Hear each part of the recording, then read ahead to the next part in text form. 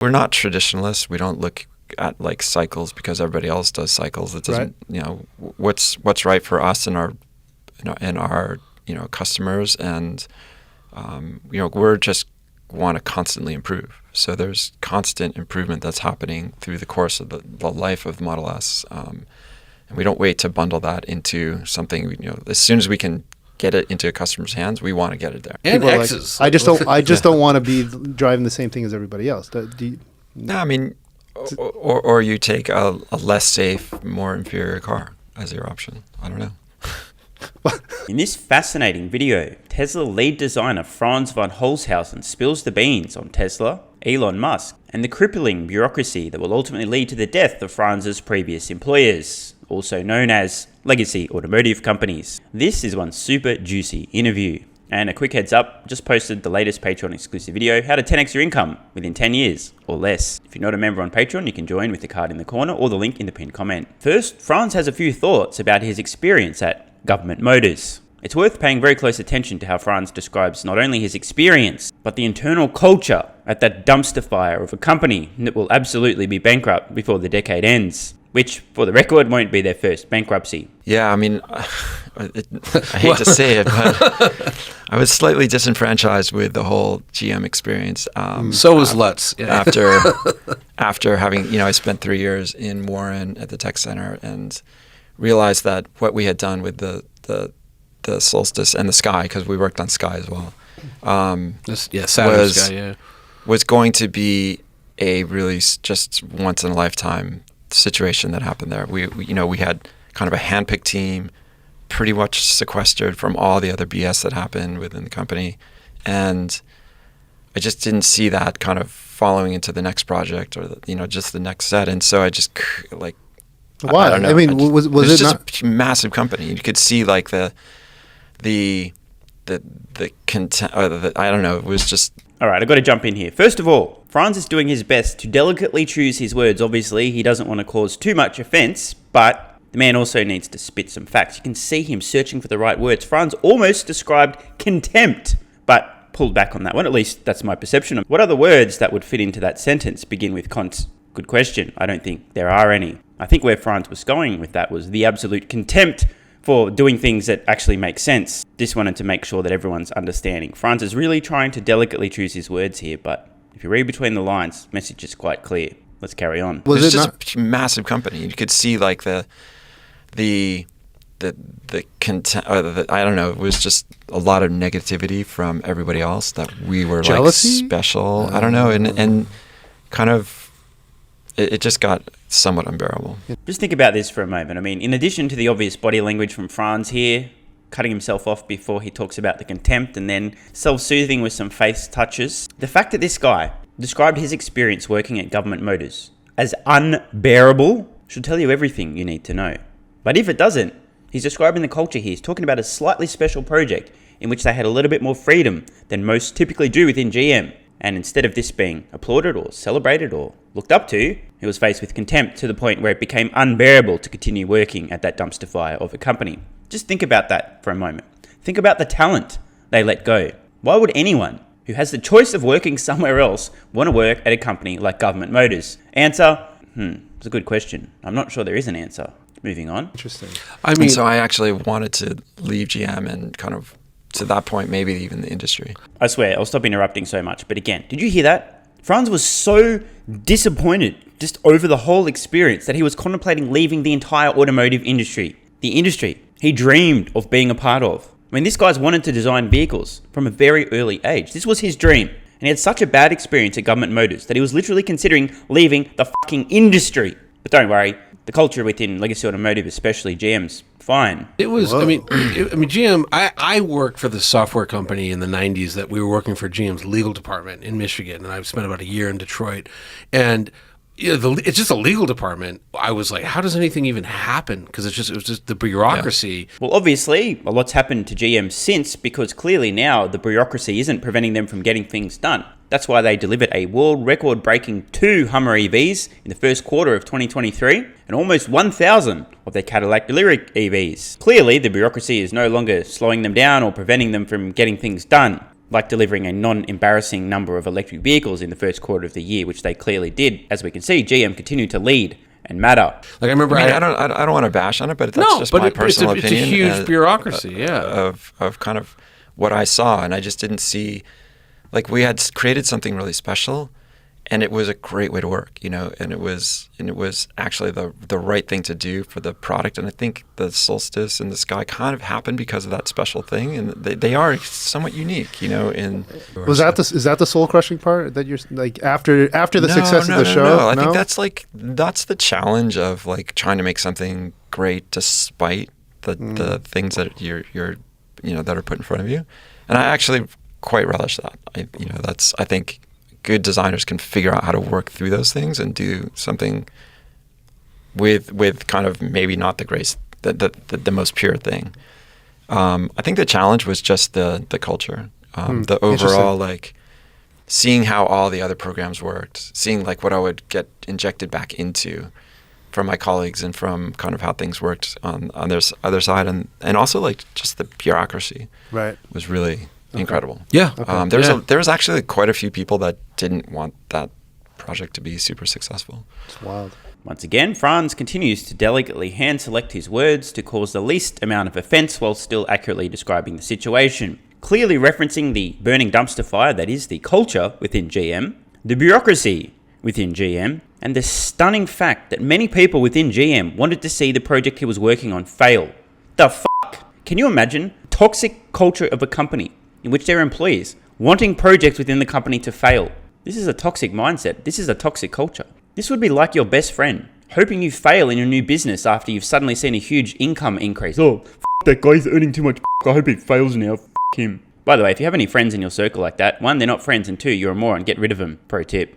And you know, we also have we're not traditionalists. We don't look at like cycles because everybody else does cycles. It doesn't, you know, what's right for us and our customers, and you know, we're just want to constantly improve. So there's constant improvement that's happening through the course of the life of Model S, and we don't wait to bundle that into something. You know, as soon as we can get it into a customer's hands, we want to get it there. Right. And you've done that with the motors and the batteries. Yeah. Over-the-air updates continually make your car feel fresh and new as well. So many great insights here from Franz. Now, he's referring to model years, what most of the automotive industry does. You've got the 2022 version of this vehicle, the 2023 version. And what's the difference? Well, the 2023 version has an extra drink holder. The fact that most automotive manufacturers don't have this constant iterative process, but instead hold off new features till the next model year.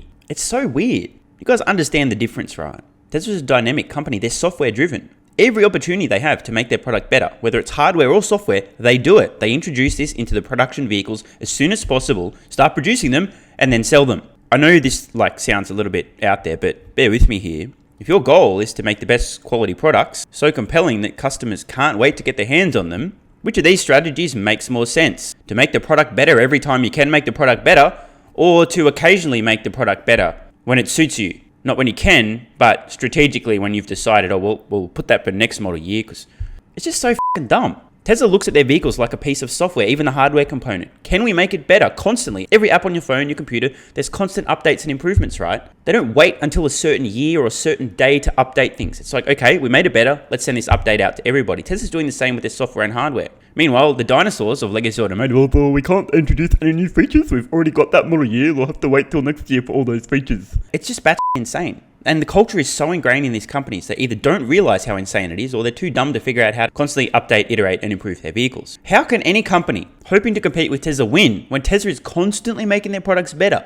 endlessly, and their so-called competition does it once a year, if you're lucky? Answer, they don't compete. They aren't competing, and that's why they're all going bankrupt. Well, it's one of many reasons why they're all going bankrupt. But there's no business case, because I have heard from not even early adopters, folks who maybe got it on a lease, who are like, yeah, now I'm kind of bored of it, and they haven't changed it, and I'm going to switch to a Taycan now because my neighbor now there's 4 Model S's in my neighborhood, and they all look the same. There's no sort of marketing or business research that indicates, gosh, we should probably change. There's got to be. Jesus Christ, I really need to bite my tongue here. So, there is a perception out there in the marketplace, among many, that Tesla needs to constantly refresh the appearance of their vehicles. Otherwise, consumers won't want to buy them anymore, because aesthetics are the only factor when determining whether or not to buy a product. I don't think Apple got their memo on their iPhone. Same form factor, barely changed over the last decade and a half, yet they still continue to sell many of them. Curious. The second thing that I want to address without being too obnoxious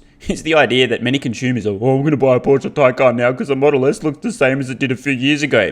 These people represent a minority of consumers who are not purchasing for logical reasons, but instead trying to convey a certain appearance. Maybe they're compensating for their micro penis. Maybe they're trying to add a few inches to their height. Maybe they want you to know they're special and not like everybody else. Maybe they're trying to show off their status. And I'm not here to judge, but these consumers are not only among the minority, but they're also entirely irrational. There's no point trying to make a product for irrational consumers when they represent the vast minority of people buying a vehicle. I do acknowledge these consumers exist. They represent such an irrational minority. There is no point trying to pander to these consumers. If they want to buy something that looks different, good, let them. Instead, why not just keep making your product better? So the people who care about the best product want to buy your product because your product is the best product. As opposed to, I know it's the best product, but I care much more about signaling to people that I'm unique, I'm a very special person. And since my personality and my life doesn't actually do that, I'll have to use my vehicle to do that instead. So therefore, I'm going to buy something that's different. I think we're starting to hear a little bit of, everyone else does this. Why don't you do this, Tesla? Diminishing returns on a design. You can update it, but if it, 9/11. Okay. The more successful you are, right? The more. This is we started the conversation with Johnny seeing all the California freeways are flooded with Model 3s and Model Ys. Insane, yeah. So at some point, and people are X's. like, I just don't want to be driving the same thing as everybody else. I don't want to be rude here. This guy does not represent the average consumer. How many people, and I know there's some, but how many people out of 100 do you think look at an iPhone and go, a lot of people own the iPhone, therefore I'm going to buy something else because I want to be unique and different. They exist, but they're in the minority. I think this is another area that many apparently intelligent investors, especially from Wall Street, just cannot compute. How could Tesla possibly sell 20 million vehicles a year when they only have a few vehicle models? That doesn't make sense. Makes a lot more sense than you realize. You just need to think a little bit and emote a lot less. Yeah, I mean, or you take a less safe, more inferior car as your option. I don't know. Nailed it. Absolutely fucking nailed it. Facts from Franz here. He's talking about the product. It is literally the safest and the best. There are no questions on either of these things, especially on the safest. Facts have just been spat by Franz. Well, yeah, I mean, you could be an illogical, emotional consumer and buy a shittier product just because you want to be special, but that's not our business strategy. We'd rather just make the best product and let the consumers who want the best product buy the best product, and those who want to show how different and unique and special they are can buy whatever the they want. But it ain't going to be the safest, nor the best. We've just seen an assassination take place in real time, ladies and gentlemen. Make no mistake, Franz just murdered this guy with facts. One more time. And People X's. I just don't want to be driving the same thing as everybody else. No, I mean, or you take a less safe, more inferior car as your option. I don't know.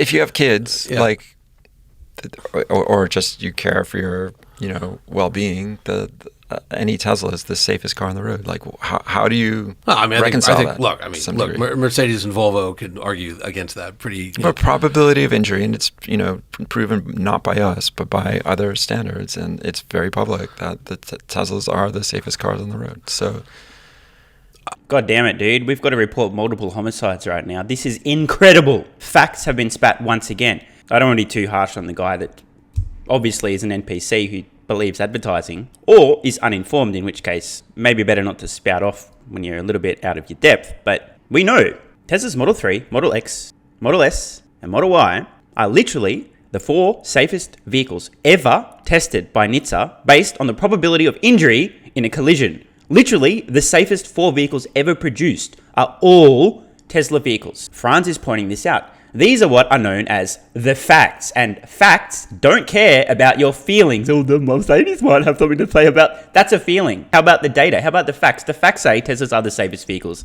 ever tested. It's true that not every consumer is aware of this, but that doesn't change the facts. The facts are that Tesla does make the safest vehicles ever tested. Therefore, if you do care about the safety, let's say, of yourself, or more importantly, your family, trying to show the world what a unique human being you are probably isn't as high a priority as your family surviving a collision. This is one of the most brutal things I've ever seen take place in an interview. Franz is being very polite, But the facts are the facts, and this guy just got absolutely assassinated. It just goes to show the power of advertising to manipulate the minds of NPCs. The fact that this pushback came, Franz isn't talking out of his ass. You must understand something about Tesla. As a rule, Tesla, the company, Tesla's employees don't talk out of their ass. They say things because they are true. So when the lead designer of a Tesla vehicle, who, by the way, in case you don't know, Tesla's number one design priority from day one has always been safety. They've made this very clear. Everything comes after safety, including aesthetics, performance, everything after safety. We've seen the vehicle crash test break the fucking crush machine on the Tesla. Like, we've seen this stuff, okay? We know they're the safest vehicles ever tested. To push back against that, rookie error. And that's putting it lightly. And again, the question really is, would you rather your family or yourself have a higher probability of injury, permanent disability, or worse, death in the event of a collision, or a lower probability? Choice is yours. But just so you know, if you want to have the lowest probability of injury, you need to drive a Tesla. These are the facts. This is just so fucking glorious. As I mentioned, not every consumer knows this. In fact, most consumers don't know how safe Tesla vehicles are. Although word is spreading, and over time, this will become a well-known fact. But man, oh man, one must be very careful when pushing back against factual statements that can be backed up by data. It's just an argument. I'm just saying. Okay. We can. That's a very thoughtful argument. I understand your question. Tesla's changed the game when it comes to vehicles overall, with EVs, with software-defined vehicles now, and now they're sort of blowing up this idea that you need to replace a vehicle or make a major body change. Because I can argue the business side too, which is you guys have all the castings, the mega cast. You have the ability. Why change it? That's expensive, and if it's a timeless design, you don't need to, and that saves you money. Well, you can pass it on. So I get it.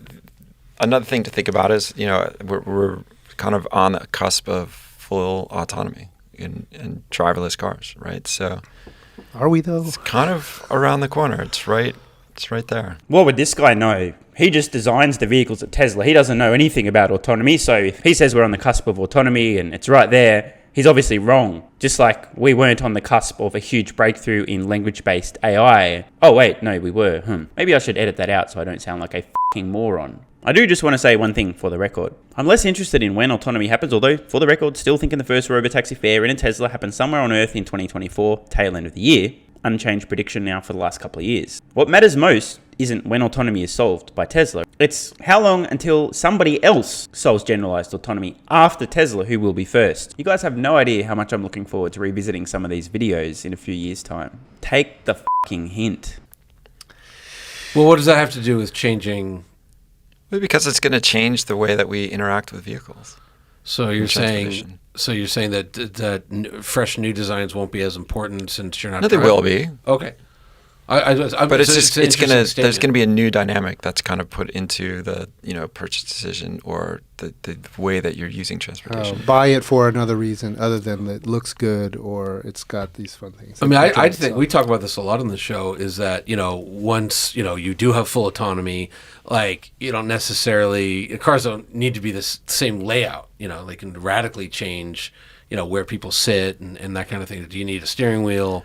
So then, obviously, then you wouldn't need traditional cars. You'd need something else. Correct. And credit where it's due. This guy, on this point, gets it. When autonomy is solved, the way that you design a vehicle completely changes. What's the internal layout look like? No steering wheel.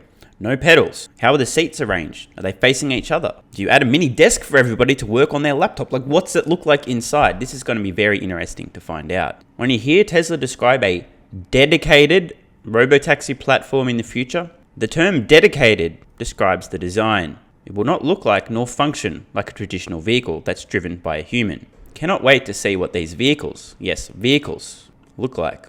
And I think, it's a space that you want to be comfortable in, you want to be safe in, and it needs to get you from A to B still. And you still want to step out of something that you feel confident and attractive in. There's a theory that the next would be a small consumer grade affordable vehicle. Is there anything you can tell us about that, when it might show up, truth at all, or? Sorry, I wish I could tell you. We're working on some amazing projects in Like our what? studio, and New phone? It's like are we doing something cool? Like an airplane? Robots? Like it's you guys are transportation rubber. related. Okay. Notice, by the way, Franz, and this is a direct quote, we're working on some amazing products, plural, products, that he can't talk about. Obviously, that's not the Cybertruck because they've talked about that. They've shown that. Spoiler alert, obviously, one of these is a compact vehicle, maybe a platform of compact vehicles. I think a van may be in the works as well. In fact, I know a van's in the works. It's just a matter of when. Could there be anything else Franz is referring to? He remains very tight-lipped, but products, plural, give it some thought. You want? I'd just love to hear just a couple sentences on like how mind scrambling it was for you to design a semi. Like that must have been a kick in the pants, right? Actually, Semi was an amazing experience. I think going through the process of designing it, but also looking at this product and how just the same it's been over the years in a similar way to like Cybertruck, right? And how creative we could be with changing the platform. So no longer do you have a big hunk of iron and steel in front of you and a transmission and everything running through the middle of the truck. We had an opportunity to just really transform the overall cabin space of that thing and put the driver in the middle, because you never could be able to do that with a normally aspirated truck, and give them a command perspective. They're sitting more over the front wheels now. It's a very aerodynamic situation. We're bringing in, self-driving and autonomy to that. So, and reducing the stress on like breathing fumes, the vibrations, the noise, and just creating an office environment in a cab where you can stand up and have multiple people in the cab actually, and just, like I said, a command perspective of the road. And it's just so radically different than what the truck industry and what truck drivers are just like take for granted. And I think the ability to improve, somebody's livelihood, that's, like I said, it's their office and in that profession, and make that significantly better. Not just like change some materials and move some knobs and buttons around, but like radically rethink it.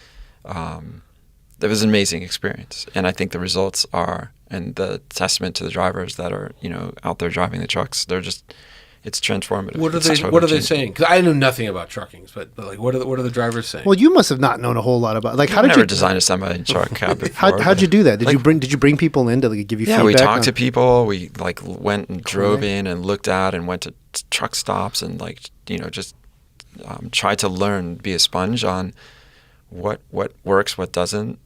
But then also just like, again, first principles, peeling back that thing and saying like, it doesn't have to be that way because that's the way everybody else is doing it.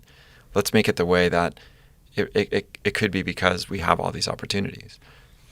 And now you have this kind of driving experience, this office space, which is comfortable. It's in like ergonomically, everything is in reach. It's easy to use, and you can stand in it during a rainy day or whatever. And it's radically different. Did you design the semi? Did you protect it for full autonomy, like Logan, the Wolverine movie, where the trucks are just driving themselves? I mean, I think we even debuted the kind of train concept where you could have a driver in the front and then just piggyback a bunch of semis behind it, and we'll bring our full self-driving, gear to the truck as well. And so what do the drivers make of it? What are they telling you? I mean, I was just speaking with a driver yesterday, 2 days ago, and he's like, I can't go back to another truck. I can't go back to normally aspirated. It doesn't make sense. It's like totally changed my career, or my like the way I go to work, and how I work. It's just, we have to abide by all the safety regulations and everything that truckers need to do. But he's just said it's just significantly better. He feels safer in it. He feels healthier in it. Just knows that he's doing something better for the planet by driving it. I don't know. I just want to come back to that question I asked about a fully autonomous semi truck. But in the design, I was saying, Do you design? Is there a version of this that has not just no steering wheel? Let's say no seat, no cat. I mean, theoretically, no human. You could we can get shift the whole thing Yeah. back, and then the truck itself doesn't need to be it doesn't need to have the whole front section. Right. The cab is also like tuned aerodynamically, super efficient. So the aerodynamics played a huge role. I mean, we have aerodynamicists in our team, in our design team, and they're involved on a daily basis. They're as much a designer as we are designers. You have to with an EV, right? I mean, I think you could in any vehicle, but because you're just moving an object through the air, and you want to do it as efficiently as possible, and you want to have the right lift balance, the right downforce, the right aero efficiency overall. And a truck is moving a brick, basically. It's a box behind it. Right. So having something in the front end that really helps manage the efficiency, just obviously makes the truck more affordable. We have less batteries to go the range. So I'd just like to remind everybody that it wasn't that long ago, maybe just a couple of years, that the pregnant man emoji himself, if you don't understand my reference, well, too bad, explained how it was not possible for an electric semi-truck to have a decent range. But don't worry, it's not like the guy's ever been wrong about anything else. Oh, except oh wait, I can't talk about this. I'll still get deleted from YouTube. Moving on. Why are you still around? Like, why don't you cash out and go and put your feet up in Malibu and like what's next, or like are you, is there we have there's so much cool stuff that we're working on that I obviously can't tell you about. There's like the mission isn't complete yet. And I think I just believe in the things that we're working on will continue to be, like I said, transformative in transportation in people's lives and enriching our lives and help us get to a more sustainable future. And I just don't feel like the job is done yet. Some very interesting insights here from Franz. Not only does it show clearly he's bought into the mission, but he really identifies with Tesla. He is Tesla. We haven't finished the mission. There's still work for us to do. Franz is not viewing this as a job or a career, but his mission. Mission is not yet accomplished, therefore I'm not going anywhere, bitches. Contrast this with Franz being so fed up with his experience in GM that he thought about leaving the automotive industry entirely. But hey, I'm sure that's nothing. It's not like having a compelling mission is going to drive people to work harder and longer and really put in absolutely all of the effort they can possibly muster, as opposed to attempting to sabotage your own projects within your own companies. Shout out to GM. Something to consider. Remember, culture matters. Mission matters. If you have the right culture, a compelling mission, and an ability to execute, things look up. If on the other hand, like a traditional legacy automotive company, you have a toxic culture, you don't even know what a mission is, just let's add some more drink holders to the next year's model, and you can't execute, we know how that ends, right? Countless bankruptcies of legacy automotive companies later this decade. How were you able to stay so long? I have no idea. 15 years is like 150 years, I think. Right. Wow, it is 15 I have a lot of years. gray hair now. No. Wait. 2000. It's 15 years this year. Yeah. Wow. Jokes aside, this may be the most compelling insight of the entire interview. Franz has been at Tesla for about a decade and a half, and it has not been easy. Not that this would surprise anyone working for an Elon Musk company. You are signing up for long hours, hard work, less pay than you could probably get somewhere else, a lack of niceties, because there's an important mission to get done and your feelings are getting in the f***ing way. Yet despite the grueling workload, the long hours, the ups and downs, Franz is still there. Why? He doesn't need the money, obviously. He needs the meaning. Franz is working on an incredibly meaningful mission. This is what continues to motivate him. If you want easy, don't work for Elon. If you want meaning, might be an idea to consider working for the man after all. Even if it might be hard. Even if, occasionally, your feelings might get hurt. And even if you'll end up with a lot more grey hairs at the end of the process. Elon is passionate and driven and motivated. And I don't know that I don't feel that from other leaders of other manufacturers necessarily, Right. to the degree. Okay. And he, he's created a recipe that works, and it's special. I don't see that same kind of recipe anywhere else. Fair call from Franz here. And again, this is kind of important. If you're a company attempting to compete with a different company, led by somebody who's deeply passionate, really cares, is completely bought into the mission, is in the trenches with the troops, is willing to work as hard, if not harder, than anyone else in the company, never holds anyone to a higher standard than himself, and has come up with a brilliant recipe. How do you compete? The answer is, you don't. They put you out of business. If you guys would like to watch the full interview, there's a link in the description. Highly recommended. But even just from the short clips we've seen in today's video, a few key takeaways here. Key among them, people who work at Tesla are fully bought in to the mission. It's not a job. It's not even a career. It is their mission. Additionally, Tesla gives literally zero fucks what everyone else is doing. They march to the beat of their own drum, and strangely, it seems to be working. As we heard from Franz here, Tesla continually optimizes their vehicles, their products, everything. Their North Star is the mission. Their goal is to drive down the cost of compelling electric vehicles so that anyone who wants one can afford one, and they're nowhere near there yet, but that's where they're headed. One of the most hilarious examples in the entire interview. The difference between Tesla and a traditional automotive manufacturer when it comes to vehicle models and aesthetics. While companies like Government Motors sit around in boardrooms for weeks on end trying to figure out how many new cup holders in the 2024 edition of their vehicle, Tesla instead continually and endlessly optimizes and instantly updates their products at every opportunity. And call me crazy, but I think Tesla's strategy seems to be working. Who'd have thought? If you endlessly optimize, you win. Speaking of optimization, I know this is an extremely controversial opinion, but if you don't give your body everything it needs to optimally function, not to survive, but to thrive, you probably won't feel as good and you probably won't be as good as you could. Athletic Greens AG1 is a great way to fill in nutritional gaps. I mean, check this stuff out. Look at the ingredients list on this, guys. Everything you can possibly imagine, right? We've got vitamin A, vitamin C, vitamin E, thiamine, riboflavin, niacin, vitamin B6, folate, B12, biotin, pantothenic acid, calcium, phosphorus, magnesium, zinc, selenium, copper, manganese, chromium, sodium, potassium. Look at all the other stuff in here as well. I could go on and on and on. I can guarantee you, you are not getting everything that's in Athletic Greens AG1 through your diet. It's just not possible. It's 2023. We know a lot about human physiology and biology, and we know that the body needs certain things for optimal performance. Again, if you're happy with just getting by and just making do, this is not for you. But if you really want to get the most out of life, giving your body everything it needs to feel and perform your best is a non-negotiable. Now, I've got to be honest with you guys. I'll never understand people who are satisfied with average.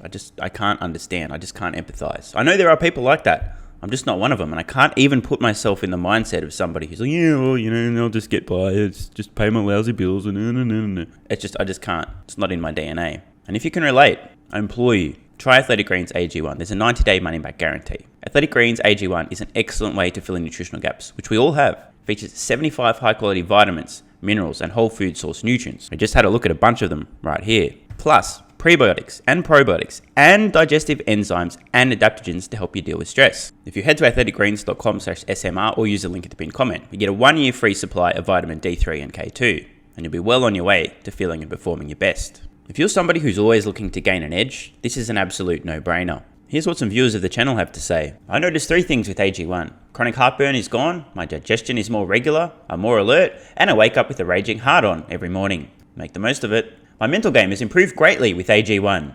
Didn't expect this, but man, I really needed it. AG1's been an absolute game changer in my life. 3 months in, I continue to have more energy, especially in the mornings, and to hit it harder at workouts. Plus, continue to have mental sharpness, feel more driven to succeed in both my business growth as well as my personal life goals.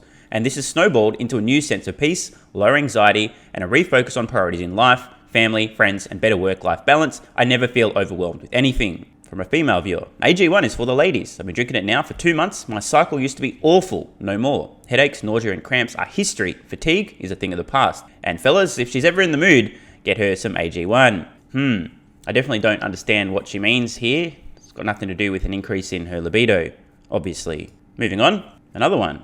This user on day 8 of Athletic Greens. A few key highlights here: decreased anxiety, overflowing energy. P.S. I think they put crack in this stuff. Another one. AG1 has relieved my gut issues so that my IBS is far more manageable. It's cleared my skin, it's elevated my mood, not to mention my cognitive abilities at work. I'm running rings around my colleagues in terms of motivation and drive, and I'm only on my 2nd month. I'm going to keep going. Chipping away at some of those skeptics. Come on, bro, it can't be that good, can it? What are all these testimonials? Who keeps writing these? You must be fake. Another. AG1 has given me a lot more energy. I hope you're finding productive ways to use it, my friend. Just received my 2nd pouch of AG1 and I find improvement in short-term memory and not napping during the day as I did pre-AG1. And one more. Day 30 of AG1 and I cannot explain to you how much better I'm feeling. My social anxiety is so much better. I did not expect this to help so much, but it has. I feel energized, ready to do things. I've been staying on top of things for the first time in years. If you haven't tried it already, really truly try it. I was a skeptic. I did not at all believe it was going to help, and it has significantly. Now, believe it or not, these are the rule, not the exceptions to the rule. Day after day, more testimonials continue to roll in. People are trying Athletic Greens AG1, and almost everybody feels positive effects, whether it's mood, cognition, sleep, energy, reduction in anxiety. For some strange reason, it almost seems that if you give your body everything it needs to feel and perform its best, it'll feel and perform its best. What a crazy idea. For me personally, the biggest effect by far I've experienced from Athletic Greens AG1 is a massive increased and sustained boost in energy. Before I started taking Athletic Greens AG1, I was getting tired every afternoon. I was hitting a wall around 3 or 4 p.m. I felt so tired I just wanted to take a nap. I didn't, but I felt like I needed to. Thank that is now a thing of the past. The biggest issue I have now every day is finding ways to use all of my energy. So what are you waiting for? Head to athleticgreens.com/SMR or use the link in the pinned comment. Start your daily health habit now and let me know how you're feeling in a few weeks' time. And don't forget, just posted an exclusive video on Patreon, the 1000% formula, how to 10x your income in a decade or less. If you're not a member, you can join with the card in the corner or the link in the pinned comment. Unlock that video plus over 300 more and optional access to my Tesla valuation model. So see you over on Patreon. Love ya.